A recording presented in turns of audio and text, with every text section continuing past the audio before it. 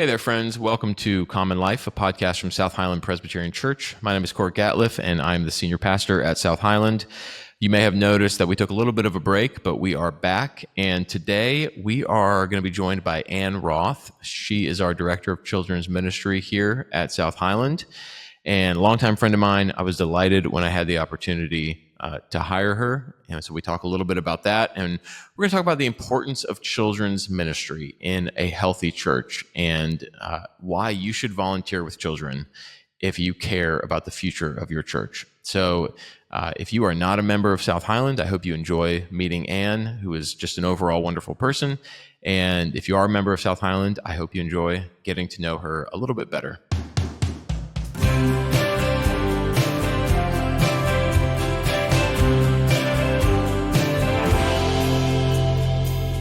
Ann Roth, welcome to the podcast. Is this your first time appearing as a guest on a podcast? Ever. Well, I'm honored that it's this one. Yes. The reason I wanted to have you on here is just to introduce you to the wider congregation of South Highland, who, for many people, unless they have kids, they just know you as the woman who's up front during the children's sermon. So who is the woman behind the children's sermon? Sure, I'll tell you about her. So I grew up in Columbus, Mississippi, just about 2 hours from Birmingham. Lived there all my life. My dad lived there for most of his life. So it was a very small town, you know all your friends, parents and grandparents, that kind of thing. Went to the same school from kindergarten to graduation. So grew up there, then went to college at Alabama and, loved that. And then after college, I moved to Washington, D.C. for a few years and worked on Capitol Hill and, did some other stuff like that. And then... Wait, back up. What were you doing on Capitol Hill? So I worked for actually both of the senators from Alabama. I started with Senator Sessions and then moved over and worked for Senator Shelby. So did that for, I can't remember how long it was, a couple of years, I guess. On a scale of 1 to 10, how much was it like House of Cards? The Netflix show.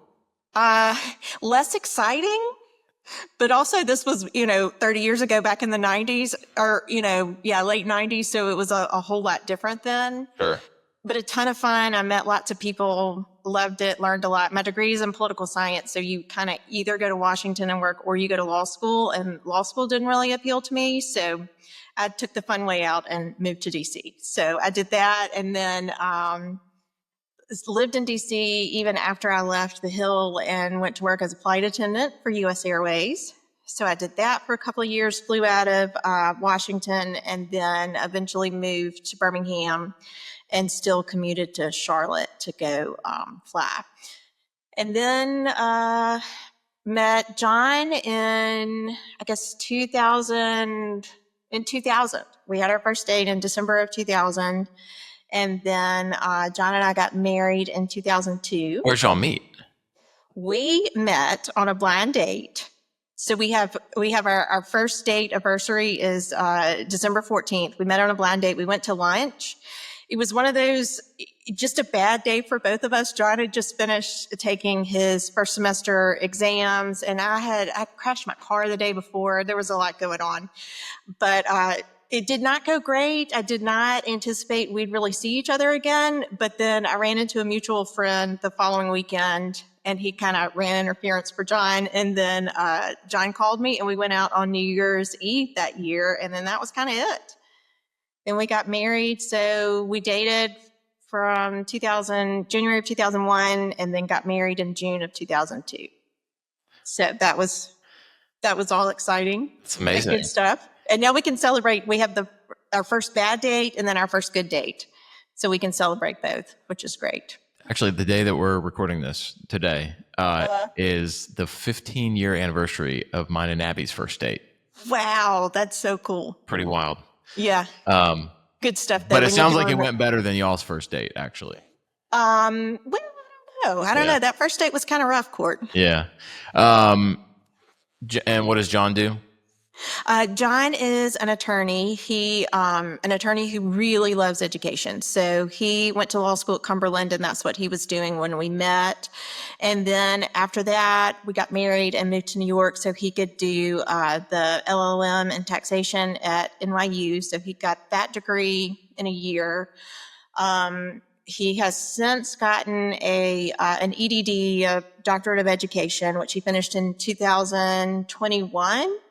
And now he teaches at NYU in addition to being an attorney for a big asset management company. So technically, we have to call him Dr. John. Technically. Okay. He knows that myself and our girls are probably never going to call him doctor, but that's just what it is, I guess. Well, I make up for it because I Okay, good. Yeah. Okay, so you mentioned your girls. So who are your girls? So I've got two daughters. Peyton is 19 and just finished her first year in college at NYU. And then Francie is our youngest. She just turned 16 and will start her junior year this fall. So those are our children. They, keep us straight, run us ragged, all that kind of thing. I'm a big fan of your girls. They're awesome. I am too. They're awesome. Okay, tell me a little bit about. We'll get into the children's ministry stuff, but tell me a little bit about your sort of faith background. Like what's sort of your spiritual journey? How did you end up where you are today? Yeah, so mine is kind of plain vanilla faith story. I grew up in the same church where my dad went to church, First Baptist Church in Columbus, Mississippi, a Southern Baptist church. We were there Wednesdays, Sundays, all the things. I did GAs and Bible drill and all kinds of good stuff growing up. So got a really good, solid Bible background for sure. And then, I was baptized in the third grade. The Baptists don't do infant baptism. So baptized in the third grade and just kind of progressed from there. But I really felt like as I grew, I guess after college and kind of that period, your 20s are fun, but also kind of weird. You're trying to figure things out and what do I actually believe versus what I thought I believed all this time growing up. And it's kind of where the rubber hits the road, I feel like, when you actually start to have big problems. And that's when you really dig deep and find out, what your faith means to you. So I think my faith progressed and got deeper in my 20s. And, you run into hard stuff and that always, I hate that the hard stuff is what makes your faith stronger, but that's just what it is. John's dad died right after Peyton was born in 2006.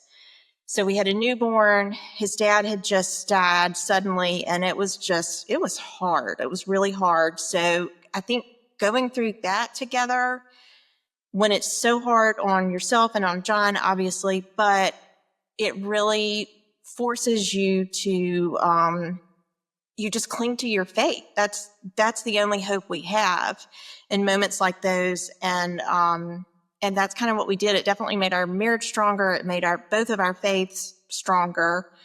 But just as you go through life, and I feel like now we've been, you go through rough times and I feel like that kind of exercises your trust muscle. So not that the hard times are ever easy, but getting older that there will be hard stuff and God, he's just going to take care of you. It may not be easy. It may not be pretty, but he's going to take care of you and get you through whatever it is, whatever the thing is. So how did you end up in children's ministry? Because that was not the trajectory initially. And you also, you have another job right now too, right? You're doing this part-time. Yes, that's right. So I'm in my office right now in our conference room. I work for a financial services company in Cabo Heights. We do financial planning, investing, that kind of stuff. I don't do any of that stuff. I handle our operations, make sure everything works, work with clients, that kind of thing. Just make everything go. So that's what I do now, which is my resume it's a mess, but it's also kind of hilarious. So we've already talked about the political stuff. And then when we had little children, I worked at Covenant Presbyterian Church in their day school as a teacher for the 3-year-olds. And I just always had volunteered and worked with kids and that kind of stuff and just loved it. Never really considered that for like work. And then, so in 2009, right after Francie was born, John's job basically moved us to New York City.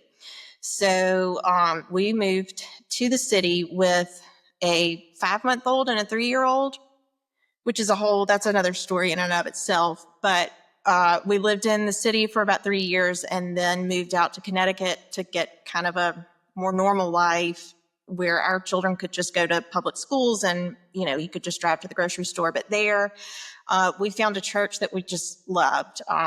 It was one of those where we went once or twice and loved it.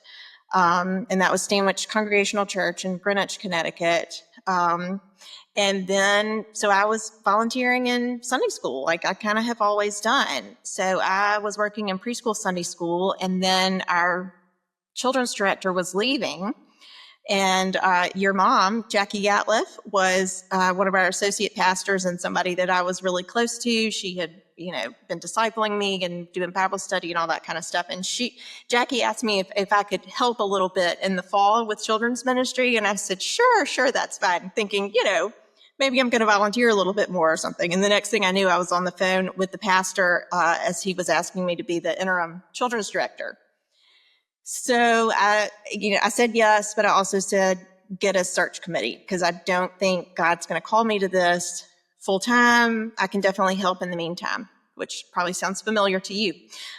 So I did it. I loved it. Kind of jumped in with both feet into that job. And then a year later, after lots of prayer, arguing, really wrestling with God, I realized that is where he wanted me to be and what he wanted me to be doing. So I accepted the job permanently and did that for 6 years. And it was amazing.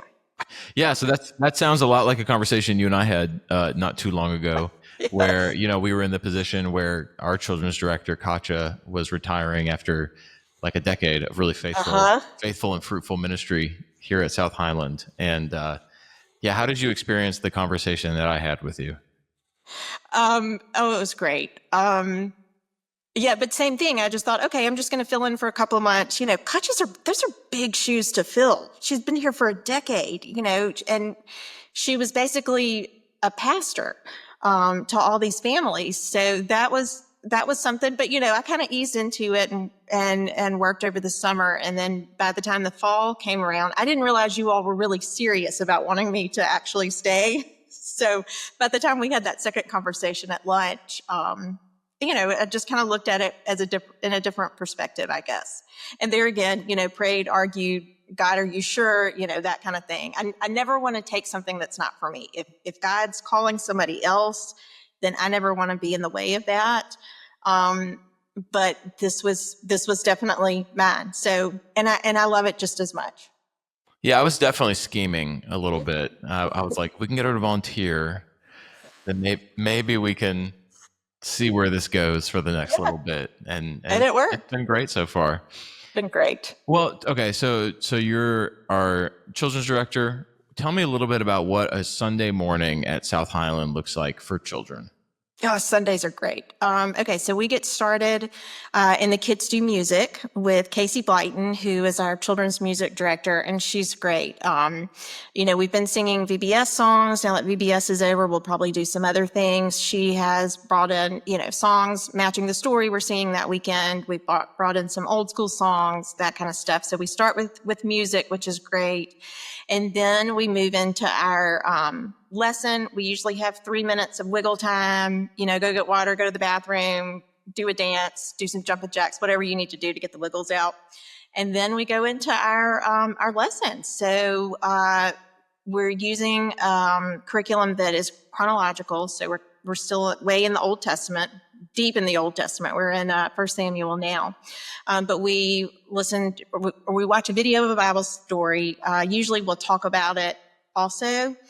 And then we'll have like a story point and a verse that goes with a unit of lessons that we talk about and repeat, and hopefully the kids are learning it and that kind of thing. So we do that. And then when they can no longer contain themselves and they're, super wiggly, we'll go do an activity, play a little bit, have a game that goes with the lesson, something like that.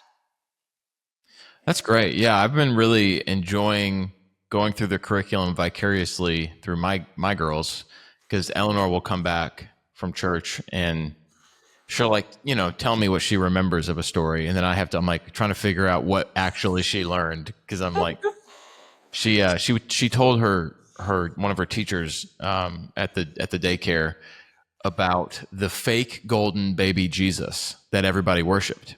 And it took us a while to figure out she was talking about the golden calf incident. But her teacher was like, I don't remember a golden Jesus in the Bible. And I was like, I don't Especially think in the Old Testament, that would have taken some some prophetic. But the stories are sticking. And so I certainly and we don't skip the hard ones. We go through Judges, we'll do Hosea. We will teach it in an age appropriate way, but we don't skip the hard stuff. Well, yeah, and I appreciate that too, certainly, because I feel like there is a tendency to water down children's ministry curriculum in a way that I think underestimates what children are capable of understanding and wrapping their head around in some key ways. We are disrespectful to children when we assume that they can't understand and grasp things, like sin. They know sin is out there. They know they do things that are wrong. So they may not be able to articulate it, but they know it's a thing. Well, and thanks to some of your lessons, they can actually articulate it now, because I kind of lost my patience with my oldest, and she, through tears, she said, "You're sinning." And I was like, I am. I'm sorry. I am sinning. And they also need to know that their parents are sinners. That's right. That's just what it is. That's right. Well, I'm struck by when you read the Bible and you see Jesus's interaction with children, Jesus seems to really have a soft spot for children. He says, "Let the children come unto me," when all of his disciples are saying, "No, keep them away. They're obnoxious." And so why do you think Jesus cared so deeply about children? I think for Jesus, he's looking at these new humans who only have experience on earth for a few years. And I think it's because they're still so innocent, they're still naive, they're still so curious, and they haven't, they almost like a blank slate. And typically children are just loving. They just soak up anything their grown-ups say. And I think that's what it is with Jesus. And also kids are just fun. So I think that's another selfish reason. And they probably weren't looking for anything from him. But I did hear a pastor one time preaching, and this was back in Connecticut. He was preaching and he said, children are the VIPs of the kingdom of God. And that is such a humbling thing when you realize the responsibility of teaching children about Jesus. You're teaching them how to have faith. And that is a very humbling thing. And it's also, I take it very seriously because God takes it seriously. These are his children and his church. And I want to be sure I teach them the way he would want to. But yes, I think children are absolutely way up on the food chain. And also the marginalized. Jesus always went straight for the marginalized people. And in a way, children are kind of like that. They don't have a whole lot of agency. I love that language of children being the VIPs of the kingdom of God. And that really shapes how we do church. I mean, if we take that seriously, that means that church is not going to be a place where kids are neither seen nor heard, right? We want them part of the church community. And so when you're thinking about what that looks like, not just at our church, but just in church in general, why do you think a really healthy children's ministry is important to the overall spiritual health of a congregation? Well, I mean, just on a practical note, if your children are excited or want to go to church on Sunday mornings, it makes it so much easier for the grown-ups. Nobody wants to drag screaming kids to church because they don't like to go to Sunday school. So, that's one thing. But also, I just think a lot of times children teach us more than we teach them. Or they'll say something that makes you look at a scripture or something in a different way, or make a point about a story that you hadn't really thought about before. So I think we all need each other. when you silo off age groups, that's not a great thing. For me, close to 50 years old, but I really appreciate some of the older women who have raised teenagers and sent kids to college. They have more experience than I do, and they know more things than I do. So I think it's important that we have crossover, so that we're all kind of learning from each other. And I think also for grown-ups to be around children and just hear what they have to say, their perspective and how they're looking at things is sometimes really refreshing and just kind of fun, and helps you remember, I don't know, just helps you remember why you got into this Jesus thing in the first place. Well, yeah, I think I forget where I heard this, but I heard some pastor or something refer to kids as spiritually serious beings, and that doesn't mean that they're emotionally serious, because they're not, like they're crazy, but we should take their spirituality as seriously as we take our own. 1,000%. And Yes. again, I think that's a helpful reframe where. We have like a children's hall, like they have their own space, but still they're part of the larger church body just as much as any of us would be. And we'll have kids running around on Wednesday night dinners and stuff like that, and you see a lot of crossover then, which I just love. So what are ways that the wider church, so I'm thinking particularly those who don't have little kids right now, right? Mm-hmm. How can the wider church support what's going on in the children's ministry? The most important thing we need is prayer. Prayer for the ministry, prayer for the children, prayer for their parents. Raising children, as you know, it's not easy, and they don't come with an instruction booklet. So that prayer backup is so important. Also, I'd love if people want to come help on Sunday mornings, you want to come help with the lesson, do a game. I'd love to start some small groups with the kids. If anybody was willing to take on even like a monthly small group, with different groups of kids, leave them in an age appropriate type Bible study or something like that. But just, I think getting to know the kids and letting them get to know you is huge, because I see now, as I've got older teenagers, the adults in their lives, the trustworthy adults, are so important, because I know if they don't want to listen to me, for one thing, they're probably going to call Abby, and I trust Abby. Anything she tells them, I'm completely fine with, but them having another adult that they can trust and call when they need something is huge, or even if they just want a different opinion. And I think that's important, but that's got to start when they're young. Get to know them then and continue that relationship. And then when they're older, you'll have this fantastic friendship. I don't know if you know this, but I do a lot of reading on just like some of the data behind how to successfully hand down the faith. And there's a book called Handing Down the Faith. It's just about like what makes a kid actually own their own faith as they get older and not walk away from the church. And parents taking their own faith seriously is like the number one determining factor, like prioritizing church over other things, like kids seeing their parents reading their Bibles and praying. But then the very close second thing is kids being in community with other mature, believing adults, like you're saying, who aren't their parents. And so I think, there's a tendency to think if we could just have a bigger youth group and we had more kids, that would, but it's actually like all the data is saying, like, actually that doesn't matter at all. That might be like fun and nice, but that doesn't matter in terms of kids actually growing into their own faith. It has a lot more to do with their parents' engagement, but then very close second, having these other adults in their lives who take their faith seriously. And so when I think about people who come to me who are like, what can we do for the future of the church? It's often the answer they don't necessarily want to hear, but I'm like, you should volunteer like crazy in the children's ministry. And I'm not just the pastor saying that, like that is statistically where you will get the most bang for your buck in terms of investing in the future of the church, is caring for kids, getting involved in their lives, and just making that the place where you're gonna minister to the VIPs of the church. That's right. And even, honestly, I would love to just go work in the nursery and hold babies all morning, which is great. That also counts. but people can come and volunteer that way. But I agree with you. I think getting to know children on a one-on-one basis, and continuing that relationship is huge, because nobody wants to keep going to a place week after week where they don't feel like people are glad to see them. But when you know more people, you've got deeper friendships, you show up and you see all those people, and it just makes a difference. It's your community. And I think that's kind of what it boils down to, like what you were saying. What are the ways that the church can also support the parents of young kids? Because it's challenging. I mean, getting to church with young kids is in and of itself a miracle. I mean, I just applaud every parent who shows up on Sunday morning with their kids dressed.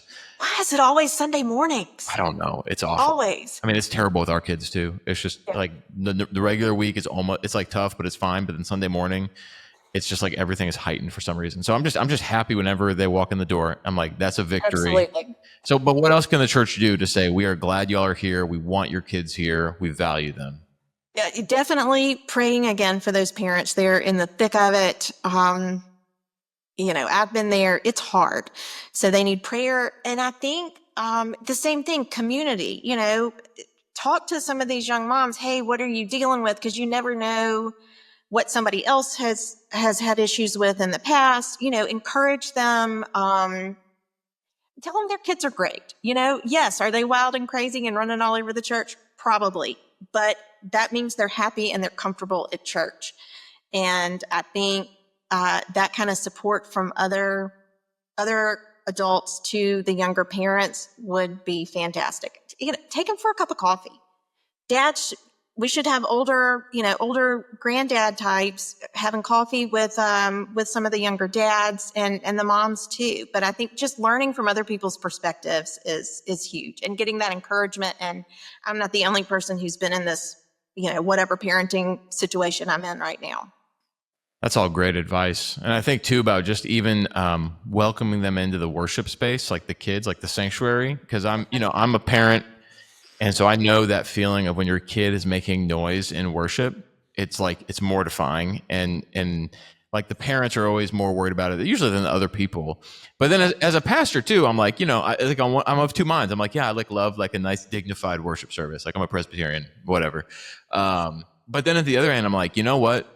If the alternative is a sanctuary where we can hear a pin drop, I will take the rowdiness of kids every time, because that is a sign of life. That means that this church has a future.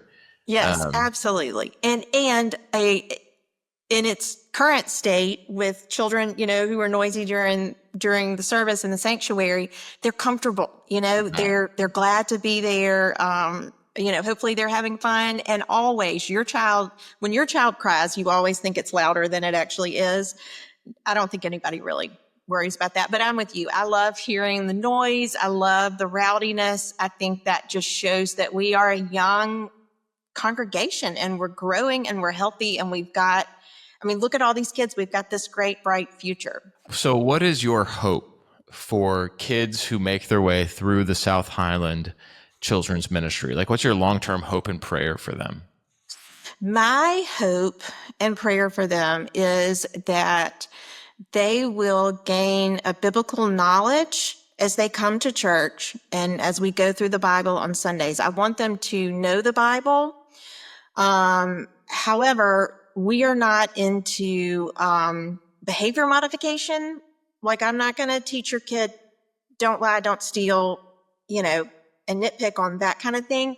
I think if they have the biblical knowledge and then have the heart knowledge of a relationship with Jesus, that's what I want. And that's my prayer always, is that they will be just captivated by Jesus, want a relationship with him, keep that relationship going. And I think they also need to understand how much they are loved. It's hard. I can't even grasp it. But when I think about the fact that God loves my children more than I love my children, it's, again, humbling, but also so good to know. So I want these children to just know that they are, no matter what they do, no matter how many times they sin, God loves them so much, they will never, ever get past the point of redemption. That doesn't happen with God. But I want them to know that, and I want them to to really learn how to have a relationship with Jesus. What does that look like? How do I do that? I guess probably the better way to put that is to be Christ-like. I want them to be Christ-like, but the Bible is God's word. So I want them to know that as well. And that will lead to a relationship with Jesus. So that's the goal. That's a great goal. And I'm grateful that that's your goal. And I share that with you. Let's end with just like a fun question. What is your least favorite kids movie? Like the one that you would love to never see again? Movie, probably. Are you familiar with any of the Barbie movies? Have your girls gotten into that? Yes. They're pretty terrible. They're awful. They are terrible. Yeah. No, so, that's right. so those are the ones I could go without ever seeing again. I can't think of it. And for kids' TV shows, it's got to be Caillou. Do they even still have Caillou anymore? I've never heard of that. No. See, that's a good. See, we're moving along. We're progressing. No, now we have Bluey, which is like incredible. Okay, Ann, thank you so much for carving some time out of your day to chat, and grateful for the ministry you're doing at South Highland. Thank you, and I'm so grateful to be here and grateful for all these kiddos and families. You've been listening to Common Life. To learn more about this podcast or our church, visit us at southhighland.org. We worship together every Sunday in downtown Birmingham, and we would love to have you join us. Thank you to Jeremy Moore, who is providing our theme music for this podcast. This song is off his album of hymns called Pillars, which can be found on Spotify or wherever else you listen to music. See you next time.